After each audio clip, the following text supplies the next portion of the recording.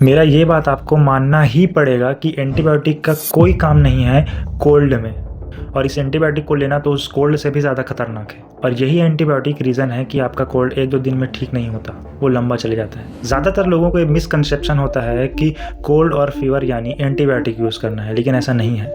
90 से 95% कोल्ड जो होता है वो तो वायरस की वजह से होता है, ना कि बैक्टीरिया की वजह से। और जो एंटीबायोटिक होता है वो बैक्टीरियल इन्फेक्शन को ट्रीट करता है। तो इसमें काम कैसे आएगा? तो जब भी आप कोल्ड के लिए एंटीबायोटिक ले रहे हैं तो आप उस इन्फेक्शन को ठीक नहीं कर रहे हैं, आप अपने बॉडी को हार्म कर रहे हैं। अब ये एंटीबायोटिक्स हमारे बॉडी को हार्म कैसे कर रहे हैं? एक तो हमारे गट में ट्रिलियंस ऑफ गुड बैक्टीरियाज होते हैं जो इस एंटीबायोटिक की वजह से मर जाते हैं, जो कि बैलेंस रखते हैं हमारे डाइजेशन को, हार्मोन्स को और विटामिन प्रोडक्शन को। अब उन बैक्टीरियाज के मर जाने से ये सारे प्रॉब्लम्स आएंगे ही। दूसरी चीज़, एंटीबायोटिक का रेजिस्टेंस डेवलप होना। हमारे बॉडी में जितने बार हम एंटीबायोटिक लेंगे उतना ज़्यादा एंटीबायोटिक के खिलाफ रेजिस्टेंस डेवलप होगा। इसी वजह से जब कोई बड़ा इन्फेक्शन आएगा जैसे कि यूटीआई, ट्यूबरकुलोसिस, तो एंटीबायोटिक्स काम नहीं करेंगे और ज़्यादातर केसेस में ऐसी ही मौत होता है। अब तीसरा रीज़न है एंटीबॉडी का न बन पाना। जब भी कोई माइक्रो ऑर्गेनिज्म हमारे बॉडी में एंटर करता है तो जो इम्यून सिस्टम है वो उसके खिलाफ एंटीबॉडी बनाता है और उसमें थोड़ा टाइम लगता है।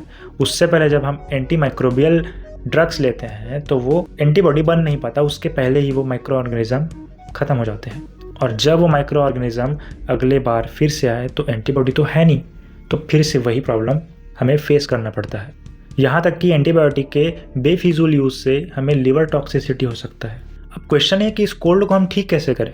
सीधा सा आंसर है, हम इसे इन्फेक्शन के बेसिस पे हमें ठीक नहीं करना है, सिम्टम्स के बेसिस पे ठीक करना है। जैसे कि फीवर के लिए हम यूज़ कर रहे हैं पैरासीटामोल, हमें हेडेक हो रहा है तो हम यूज़ कर रहे हैं निमेसोलाइड या फिर आइबुप्रोफेन।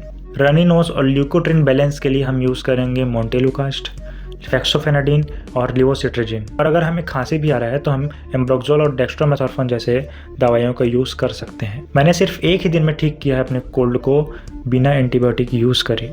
इस चीज़ को आप भी समझ जाइए। बॉइल्ड वाटर लीजिए और ज़्यादा से ज़्यादा रेस्ट कीजिए, यही बेटर है। तो एंटीबायोटिक्स को कॉमन प्रॉब्लम्स में लेके आप अपने फ्यूचर को इनसिक्योर मत कीजिए और शेयर कीजिए इस वीडियो को, क्योंकि आज जिस मेडिसिन को आप गलत तरीके से यूज़ कर रहे हैं कल वो मेडिसिन कभी काम ही नहीं करेगा। Thank you.